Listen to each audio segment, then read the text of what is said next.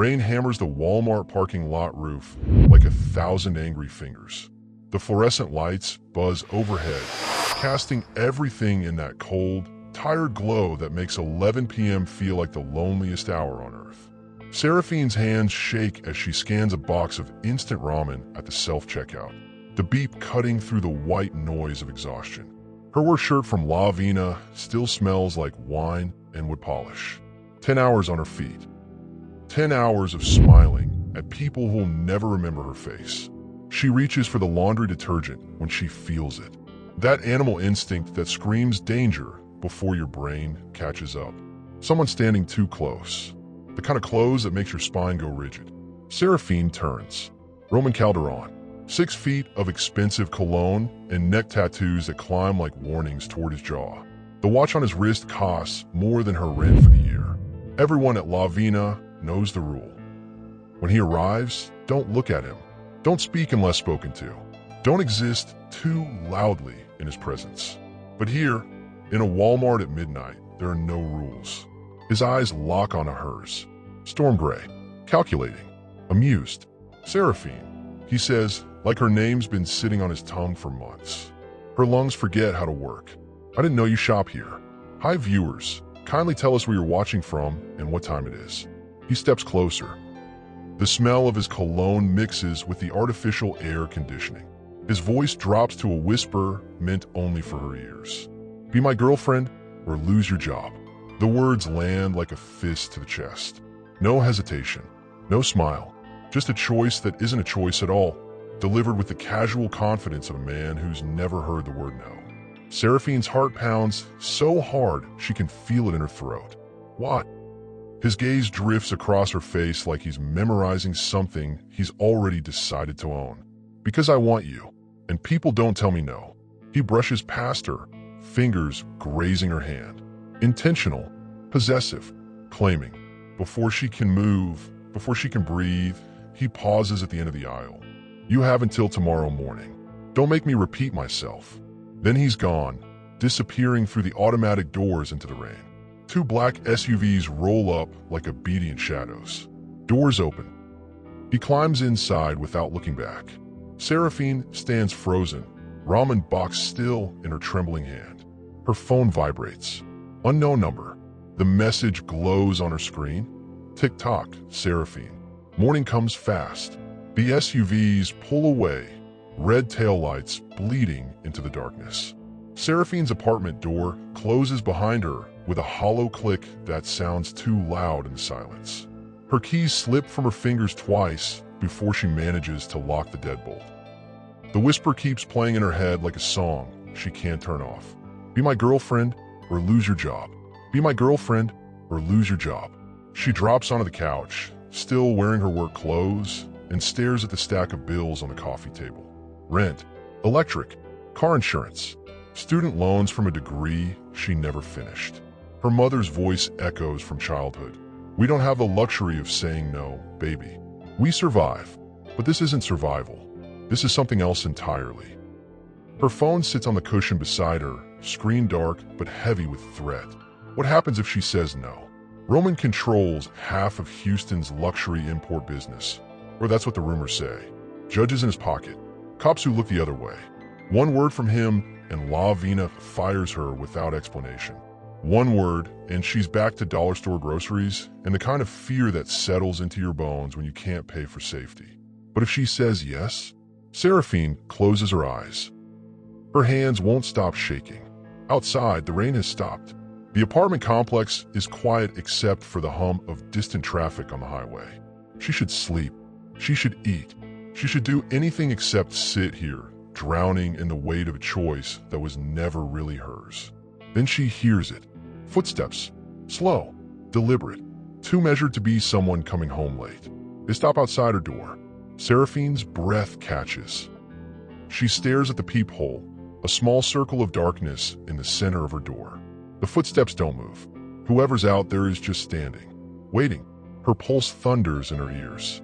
The shadow shifts across the peephole. A shape, a person. Then, after what feels like an eternity, the footsteps move again. Slow, deliberate, fading down the hallway. Seraphine doesn't move for 10 full minutes. The morning air at La Vina smells like espresso and fear. Seraphine pushes through the employee entrance, her stomach twisting into knots. She didn't sleep. Couldn't. Every time she closed her eyes, she saw Roman's face leaning close, felt his fingers graze her hand. The break room is empty except for two other clerks huddled by the coffee machine. They stop talking the second they see her. "He's here," one of them whispers. Janelle, 23, nursing student, terrified eyes. Seraphine's heart drops. "Where?" "Wine cellar. Showed up 20 minutes ago." Janelle glances toward the door like Roman might walk through it at any second. Didn't say why, just went straight down. The wine cellar. Of course. Private. Isolated. Soundproof. Seraphine ties her apron with shaking fingers. She tells herself she can avoid him. Stay on the floor. Stick to customers. Blend into the background the way she's been doing her whole life. But Roman doesn't operate on avoidance. She makes it 2 hours before the intercom crackles to life. Seraphine Vale to the wine cellar. Seraphine Vale to the wine cellar. The store goes quiet. Every employee within earshot turns to look at her. No one says a word, but their faces say everything. "You're being summoned. God help you." Seraphine sets down the bottle of Merlot she's been stocking and walks toward the back staircase. Each step down feels like descending into cold water. The air gets cooler. The walls press closer. The lighting shifts from bright retail to dim, intimate ambience. Roman's standing near the reserve section, talking quietly to a man in a black suit who looks like he was born holding a gun. The man sees her first, nods once to Roman, then disappears up the stairs without a sound. Roman turns. His gaze hooks into hers like a physical thing. He lifts his hand and motions her forward, not asking, commanding. Seraphine's legs move before her brain can argue. She's halfway across the cellar when a voice cuts through the silence. "Mr. Calderon." A woman steps between them. Tall, elegant, dark hair pulled back in a neat bun. White blouse. Calm expression that doesn't match the fire in her eyes. Her name tag reads, Marion Crowell, floor manager. Roman's jaw tightens. "You knew." "Correct." Marion doesn't flinch under his stare. "And you're interfering." "Also correct." She folds her hands in front of her like a teacher addressing a difficult student. "Seraphine's not required to meet with you alone during her shift. If you need a wine recommendation, I can assist." The temperature in the room drops 10 degrees. Roman stares at Marion with the kind of look that's ended careers, ended lives if the rumors are true. But Marion stands her ground, shoulders square, breathing steady. For the first time, Roman's expression shifts. Not anger, something else. Curiosity, maybe. Intrigue. He glances at Seraphine, then back at Marion. "This conversation isn't over," he says quietly. Then he walks past both of them, footsteps echoing up the stairs, leaving a silence so heavy it feels like drowning. Marion exhales only after he's gone. She turns to Seraphine, voice low. "I don't know what that was, but you're not alone anymore." Seraphine's chest tightens. She didn't realize how desperately she needed those words until they broke something open inside her. 2 days pass like holding your breath underwater. Roman doesn't return to La Vina. No texts, no threats, nothing. The silence is worse than the danger because Seraphine keeps waiting for the other shoe to drop, keeps checking over her shoulder, keeps expecting black SUVs to appear in the parking lot. Marion watches her, not obviously. Just enough that Seraphine knows she's being protected in small, invisible ways. Scheduled for shifts when Roman's least likely to visit. Stationed near exits. Never left alone in back rooms. It's Marion who finally breaks the silence. "I need to talk to you," she says one afternoon, pulling Seraphine into the stockroom. She locks the door behind them. The fluorescent lights flicker once, casting strange shadows across the wine crates stacked against the walls. "About Roman?" Seraphine's voice comes out smaller than she intended. Marion nods. "I wasn't honest the other day. I know exactly who he is, and I know why he wants you." Cold dread spreads through Seraphine's chest. "Ow!" Marion reaches in her bag and pulls out an envelope. Old, yellowed, sealed with a wax crest that looks like it belongs in a museum. My mother was the Calderon family accountant. Before she died, she left me something Roman's been searching for. She hands the envelope to Seraphine. The paper feels fragile, like it might crumble if held too tightly. Seraphine's fingers tremble as she breaks the seal. Inside is a single document, crisp, official, the kind that changes everything. A birth certificate, but not hers, not Marion's, Roman Calderon's. Seraphine's eyes scan the names. Mother, Elena Vasquez. Father, unknown. Place of birth, San Antonio. Adoption finalized by Victor Calderon. Roman isn't a Calderon by blood. He's adopted. The room tilts. Seraphine looks up at Marion, confusion and horror mixing into something she can't name.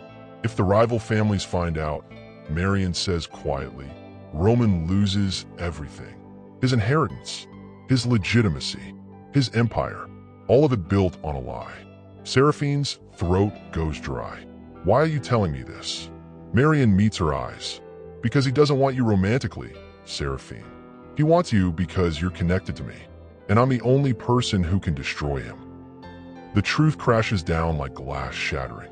The Walmart encounter, the whisper, the threat. Seraphine wasn't chosen. She was targeted. So what does he want? Her voice barely works. He wants to use you, Marion says, to force me to hand over the document. Your leverage, nothing more. Seraphine's legs go weak.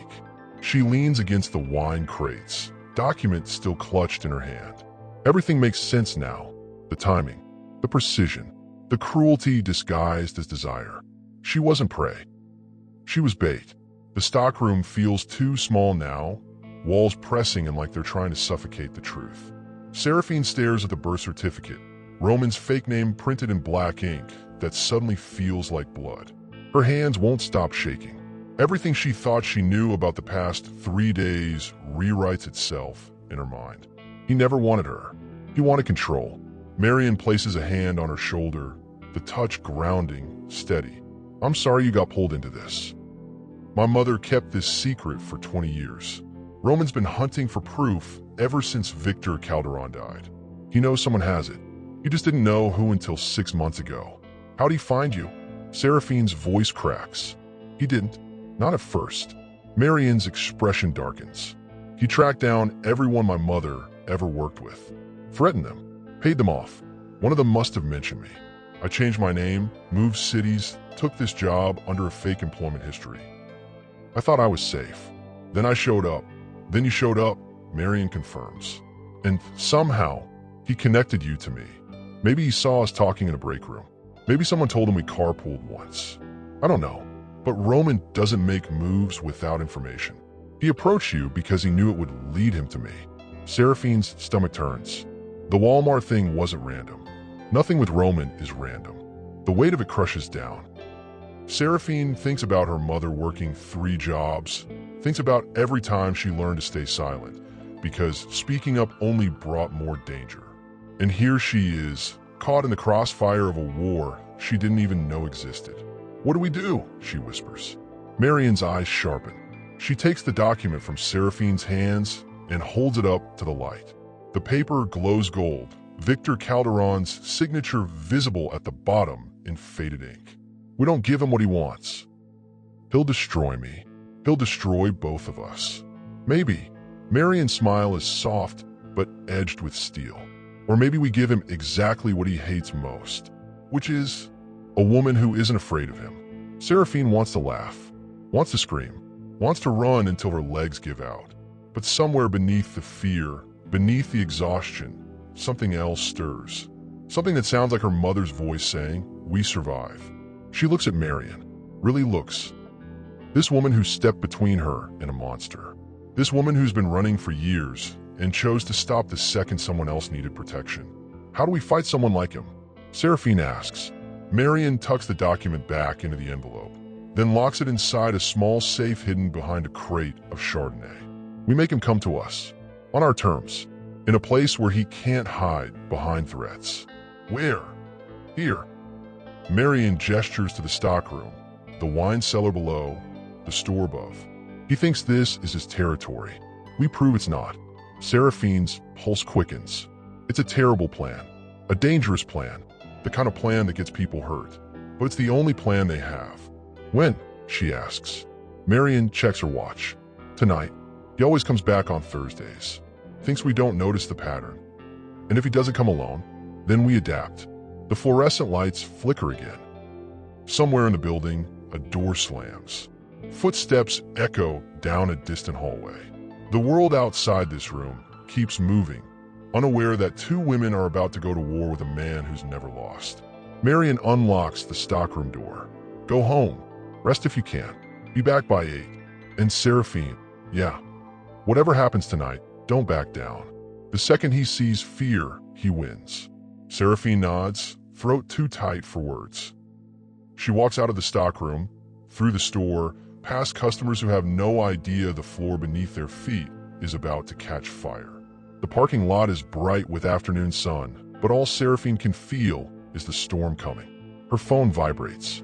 Unknown number. The message reads, "See you soon, Seraphine." We're something pretty. The text message glows on Seraphine's phone screen like a threat written in neon. We're something pretty. She deletes it, but the words stay burned into her mind. Roman's playing games, testing her, reminding her that he's always watching. Always 3 steps ahead. She sits in her car outside the apartment complex, engine off, hands gripping the steering wheel until her knuckles go white. The sun's dropping fast, painting the sky in shades of orange and blood red. In 2 hours, she'll walk back in a La Vina. In 2 hours, everything changes. Her phone rings. Marion, you good? Marion's voice is steady, controlled. No. Seraphine's honesty surprises even herself. Good. Fear keeps you sharp. Just don't let it freeze you. What if he brings people? What if he doesn't come alone? Marion pauses. Then we deal with it. Roman's dangerous, but he's also proud. Pride makes men stupid. He'll want to handle this himself. Prove he's still in control. Seraphine closes her eyes. She thinks about the Walmart encounter, the way Roman looked at her like she was already his, the way his fingers grazed her hand. Possession disguised as interest, control wrapped in desire. He doesn't want me, Seraphine says quietly. He never did. Exactly. And that's our advantage. He thinks you're weak. He thinks you'll crumble the second he applies pressure. Prove him wrong. The line goes quiet for a moment.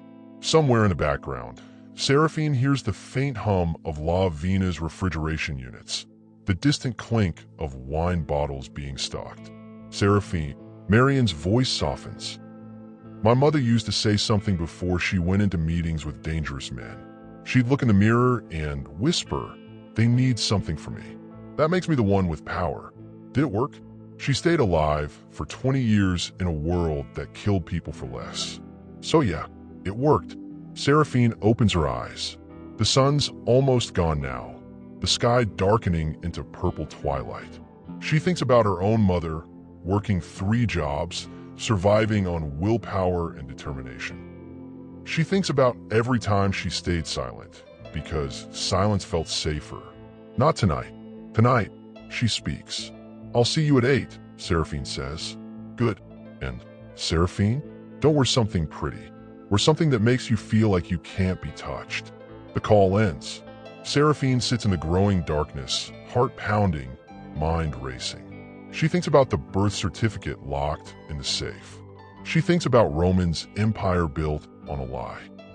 She thinks about the leverage Marion's been carrying for 6 months, alone, terrified, running. But Marion stopped running, and so will she. Seraphine starts the car and drives toward the one place that's always felt like safety. Her mother's old apartment, now rented to someone else, but the landlord still keeps a box of her mother's things in storage. Things Seraphine couldn't bring herself to go through after the funeral. She parks, walks to the storage unit, opens the rusted door. Inside, among the boxes of old clothes and faded photographs, she finds it. Her mother's interview blazer. Black. Simple. The one she wore to every job that tried to break her and failed. Seraphine holds it up to the dim light filtering through the storage unit door. It smells like lavender and strength. She puts it on. It fits perfectly. The wine cellar at La Vina feels different at night. colder, quieter, the kind of quiet that sharpens every sound into something louder than it should be. Seraphine stands near the reserve section, her mother's blazer fitting like armor. Marian's across the room, checking the small camera she's hidden between 2 bottles of Bordeaux. "It's recording," Marian says. "If things go bad, at least we'll have proof." "Proof for who? The police he owns?" Marian's smile is grim. "Insurance. You'd be surprised what people do when they know they're being watched." Footsteps echo from the staircase. Heavy, deliberate, not rushed. Roman. He appears at the bottom of the stairs, dressed in black, tattoos visible at his collar, eyes scanning the room like a predator assessing territory. He sees Seraphine first, then Marian. His expression doesn't change, but something flickers in his gaze. Surprise, maybe, or annoyance. "Both of you," he says. Not a question, an observation. Marian steps forward. "Did you think she'd come alone?" Roman ignores her, focusing entirely on Seraphine. "I gave you a choice. Be my girlfriend or lose your job. Simple." Seraphine's heart hammers, but her voice comes out steady. "No." The word hangs in the air like a gunshot. Roman's jaw tightens. "Excuse me? I said no. I'm not your girlfriend. I'm not your leverage. And you can't threaten my job anymore." He takes a step closer. "You don't understand how this works." "I understand perfectly." Seraphine forces herself to hold his gaze. "You wanted me because I'm connected to Marian. You wanted to use me to get to her, to get to the document." Roman's eyes narrow. Marian's been talking. Marian's been honest, which is more than you've ever been. The temperature drops. Roman's entire body goes still, the kind of stillness that comes before violence. But Seraphine doesn't move, doesn't flinch. Her mother's blazer feels like a shield. Roman shifts his attention to Marian. "You have something that belongs to me." "No," Marian says calmly. "I have something that proves you're a fraud."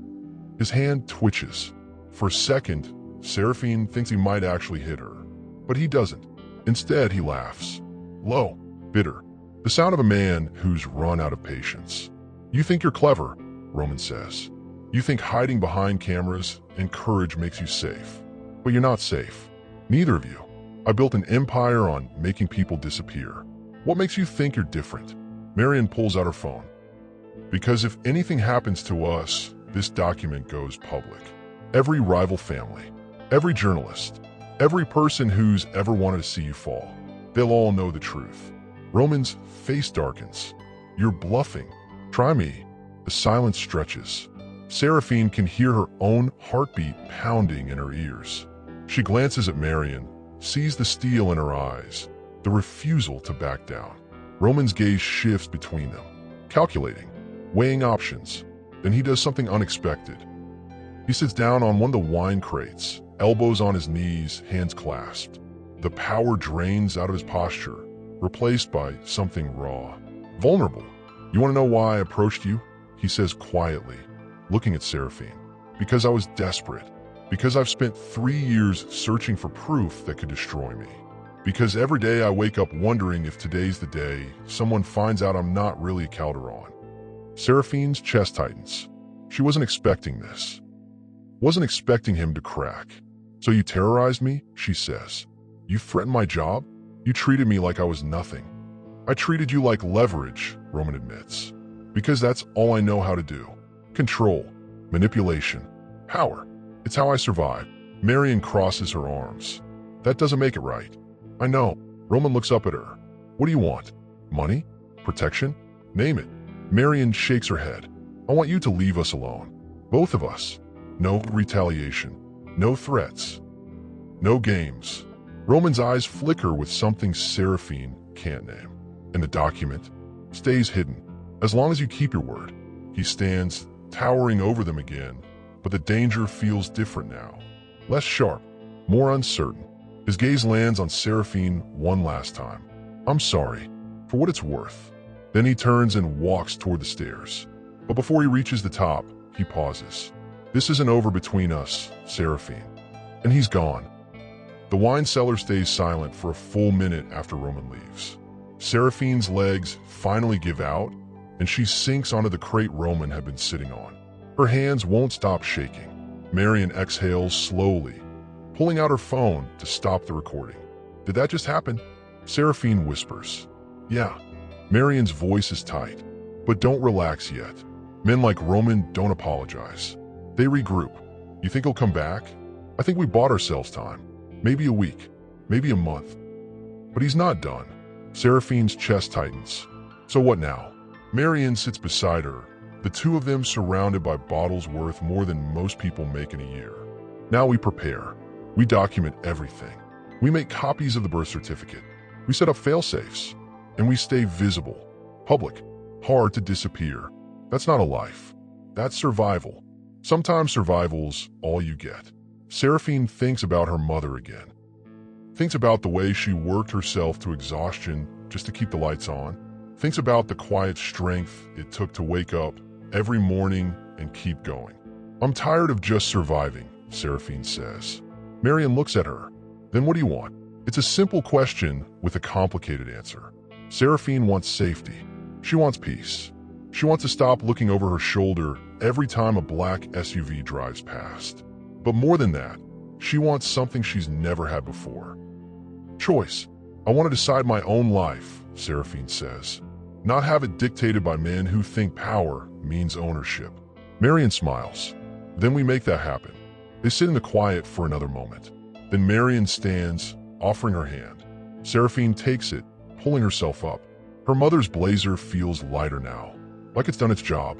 You were brave tonight, Marion says. I was terrified. Bravery's just fear that keeps moving forward. They walk toward the stairs together. The store above is closed, lights dimmed, the only sound their footsteps echoing against tile. Marion locks the cellar door behind them, and they head toward the employee exit. Outside, the parking lot's empty except for their cars. The night air is cool, almost cold, carrying the scent of rain that hasn't fallen yet. Marion unlocks her car, then pauses. You gonna be okay tonight? Seraphine nods. Yeah, I think so. Call me if anything feels wrong. Anything at all. I will. Marion drives away first, taillights disappearing into the darkness. Seraphine stands alone in the parking lot, keys in hand, heart still racing from everything that just happened. Her phone vibrates. She almost doesn't look. Almost throws the phone into the nearest trash can and walks away from all of it. But she looks. Unknown number. The message reads, "You surprised me tonight. I don't get surprised often. We should talk. Alone. Tomorrow. I'll send the address." Seraphine's stomach drops. She stares at the message, reading it twice, 3 times, trying to decode the intent behind the words. Then another text comes through. Please. That single word changes everything. Roman Calderon, the man who built an empire on control and fear, just said please. Seraphine gets in her car, locks the doors, and sits in the darkness. Her mind races. This could be a trap, another manipulation, another game designed to isolate her, hurt her, break her. Or it could be something else. Something real. She doesn't know which possibility scares her more. The address Roman sends isn't what Seraphine expects. No warehouse. No isolated location. Just a small coffee shop in Montrose, the kind with mismatched furniture and local art on the walls. Public. Safe. The opposite of threatening. Seraphine arrives 15 minutes early, orders a black coffee she doesn't drink, and sits by the window where she can see the street. Her phone's in her hand, Marion's number pulled up, ready to call if anything goes wrong. Roman walks in at exactly noon. No bodyguards, no SUVs parked outside. Just him, wearing jeans and a plain black shirt, looking almost normal, almost human. He sees her, nods, orders his own coffee, then sits across from her. The table between them feels like a negotiation line. You came, he says. You said please. That felt important. Roman almost smiles. I don't say it often. I noticed. They sit in uncomfortable silence for a moment. Around them, the coffee shop buzzes with conversations, laptop keyboards clicking, the hiss of the espresso machine. Normal life happening while they sit in the wreckage of the past week. I know I said last night, Roman starts. I'm sorry for approaching you the way I did, for threatening your job, for treating you like you were disposable. Seraphine studies his face, looking for the lie, but his eyes are clear, tired, human in a way she's never seen before. Why, she asks. Why did it have to be me? Roman leans back in his chair. Because I'm not good at asking for help. I'm good at taking, at controlling, and making people do what I want through fear. But you and Marion, you didn't fold. You fought back. And that, he stops, searching for words. That broke something in me. Made me realize how much I've become the thing I swore I'd never be. Which is my father, Victor Calderon. The man who adopted me and spent 20 years reminding me I wasn't really his son. That I'd never be legitimate. That everything I had was borrowed, not earned. Seraphine's chest tightens. So you built an empire to prove him wrong. And now, that empire is built on the same lie he used to torture me with. Roman's laugh is bitter. Ironic, right? What do you want from me, Roman? He meets her eyes. Nothing. I want to give you something. He pulls an envelope from his jacket pocket and slides it across the table. Seraphine opens it carefully. Inside is a check, $50,000, and a letter of recommendation for any job she wants, signed by 3 of Houston's most influential business owners. I can't undo what I did, Roman says, but I can make sure you never have to worry about losing your job again. About bills, about survival. Take it. No strings. Seraphine stares at the check. It's more money than she's ever seen in her life. Enough to change everything. But it also feels like payment. Like Roman trying to buy his way out of guilt. I don't want your money, she says. Then what do you want? Bit like if you've ever had to stand up to someone who thought they owned you. Seraphine folds the envelope and pushes it back across the table. I want you to answer one question honestly. Okay. When you saw me at Walmart, when you whispered that threat, did you feel anything? Or was I just another move in your game? Roman's face shifts. Pain flickers across his features, raw and unguarded. I felt something. Fear that I was losing control. Desperation to find the document before someone else did. And underneath all of that, he pauses. I saw someone who reminded me of who I used to be. Before power changed me. That's not an answer. You want the truth? Roman's voice drops. You terrified me. Because the second I saw you, I knew I was making a mistake.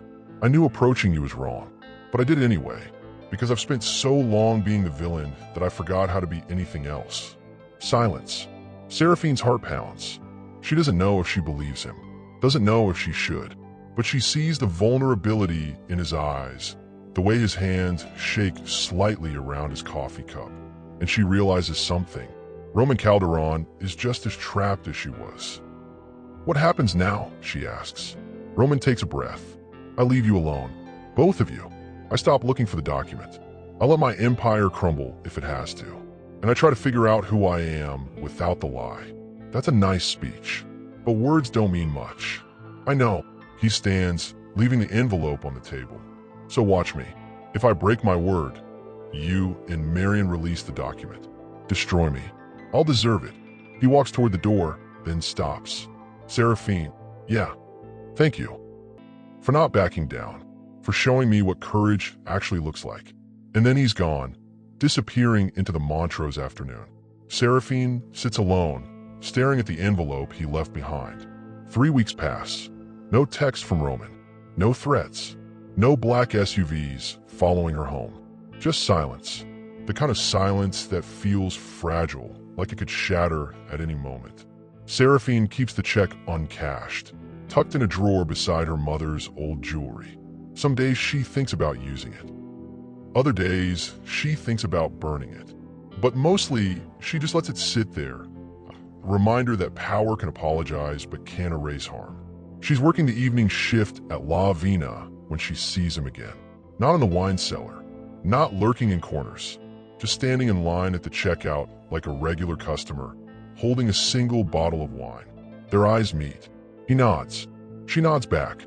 He pays, thanks the cashier, and leaves without a word. It's the most normal interaction they've ever had. Marion appears beside her. You okay? Yeah, I think so. He's kept his word so far. No movement on our end. No threats. It's almost eerie. Almost, Seraphine agrees. That night, as she's locking up her apartment, her phone vibrates. Not unknown this time. A saved contact. Roman, I know I said I'd leave you alone, but I have a question. No pressure to answer. Seraphine's finger hovers over the delete button. Then curiosity wins. Seraphine, what? Roman, if things were different. If I'd approached you honestly, not as a threat, would you have said yes to coffee? Seraphine stares at the message. Her heart does something complicated in her chest. Something she doesn't want to name. She thinks about the man who whispered threats in a Walmart. The man who sat broken in a wine cellar. The man who said please and meant it. She thinks about danger and choice and the thin line between the two. Her fingers move across the screen. Seraphine, maybe, in another life. Roman, maybe's better than I deserve. Thank you. The conversation ends. Seraphine sets her phone down and looks out her apartment window at the Houston skyline glowing in the distance. The city where her mother worked herself to exhaustion. The city where she learned silence and survival. The city where she finally learned to speak. She doesn't know what happens next. Doesn't know if Roman's change is real or temporary. Doesn't know if Marion's document will stay hidden forever or become a weapon someday. But she knows one thing with absolute certainty. She's not the same woman who stood terrified in a Walmart checkout line 3 weeks ago. She's not the woman who chose silence because silence felt safer. She's the woman who wore her mother's blazer like armor and refused to back down. She's the woman who looked power in the face and said no. And that woman? She's just getting started. Seraphine's phone vibrates one last time. Roman, this isn't over between us, Seraphine. But this time I'm asking, not demanding. When you're ready, if you're ever ready, coffee's on me. No games, no threats, just two people trying to figure out who they are. Seraphine reads the message twice. Her heart whispers a question she's not ready to answer yet. What if danger doesn't feel like danger anymore? What if it feels like possibility? She doesn't respond. Not tonight. But she doesn't delete the message either. And somewhere in that space between fear and curiosity, between no and maybe, something shifts. The ending isn't written yet. And for the first time in her life, Seraphine realizes she's the one holding the pen. Thank you so much for watching this story. If it moved you, inspired you, or made you think about the power of standing up for yourself, please subscribe to the channel and turn on notifications so you don't miss our next story. These stories are meant to inspire, to challenge, and to remind us that courage isn't the absence of fear. It's moving forward anyway. Drop a comment below and share your thoughts. Have you ever had to stand up to someone who thought they could control you? Your story might inspire someone else who needs to hear it today. Thank you for being part of this community. We'll see you in the next one.